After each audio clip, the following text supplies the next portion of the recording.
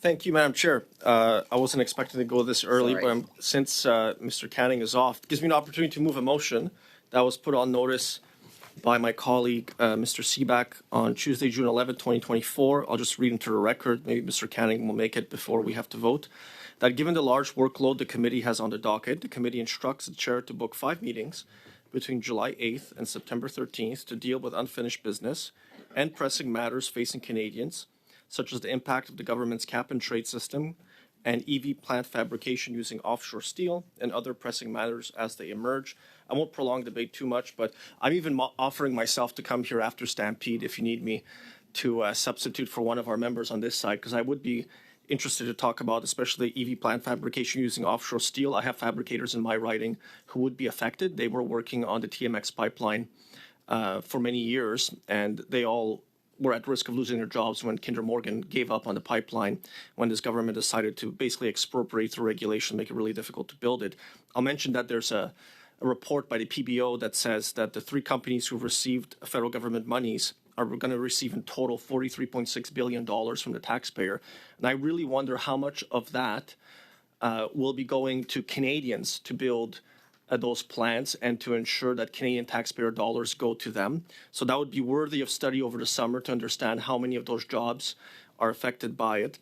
And there's also all the government's different environmental regulations that have trade impact. I was also surprised to note that when the minister was here, that there was a claim that somehow national security is not connected to trade, but they're integral. They're very much the USTR, the trade representative, for the past however many years, whenever you go onto the White House website, they link the two closely together.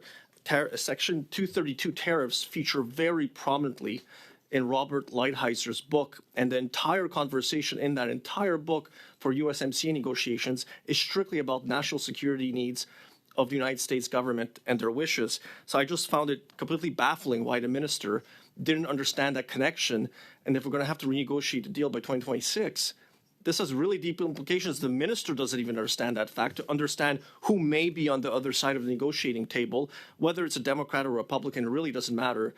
They've kind of converged on the matter of China policy. And I'll say, as the vice chair of the committee, the Canada People's Republic of China Committee, we look at national security and trade issues that affect it. So I think it's worthy that the committee should return over the summer, meet in person, and continue its good work that it's done so far. Thank you, Chair. So we have Mr. Kamick moved a motion that everybody is aware of. I have Mr. Duran down to speak. Did you still wish to speak to it? Thank you, Madam Chair. And then Mr. Baldinelli. So I'm not a regular member on this committee, but I'm seeing a pattern develop over other committees where I've been requesting 5 meetings, and I've heard it verbally, but I think it's probably July 8th until to September 13th, probably. Yes, yes. So I can tell that none of them wrote the motion. It came from upstairs, from the leader's office, and I salute the effort, but I know what what they're up to. I've been around this place for a long time. They're trying to say the Liberals or whomever does not going to support this motion.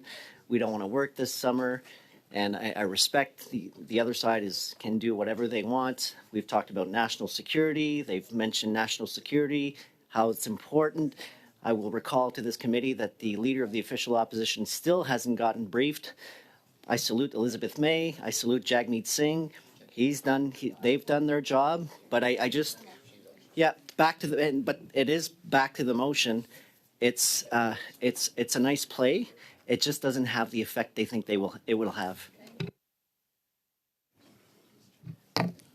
Thank you, Madam Chair, and I'd like to thank my colleague for his comments. But last I looked, it was the gentleman right back there that wrote this motion for us, and it's in regards to a situation that we think is critical for us to examine during the summer period. I mean, it doesn't have to be 5 meetings. We're amenable to discussing that. But I mean, we're looking at a system that will limit emissions in Canada's oil and gas sector, right? I mean, it's a situation that for Western Canada. I mean, the Canadian Association of Petroleum Producers said in a media statement that adding emissions cap regulations to existing carbon pricing and methane policies creates a layer of complexity that could hamper investments in clean energy products.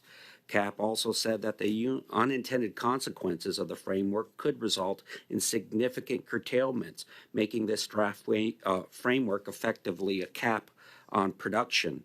I mean, there's reports out there now that this could be a $600 billion hit to Canada's economy. So this is a major situation that's developing, and as rightly so, we thought it was something that we would want to bring forward for consideration by this committee during the summer period, because I know our agenda is quite full, to be quite honest, and this is something that we could examine during periods of the summer. Again, it doesn't have to be 5. We're open to discussing that, but my hope is that my colleagues will give this fair consideration, and let's vote on it and see where we stand. Thank you very much. Everybody is fully aware of what the motion says, and of course it would be exciting to be back here in July and see you all again. I think we'd be really excited to do that. So we will ask for a recorded vote. Madam Clerk? Mr. Fisher.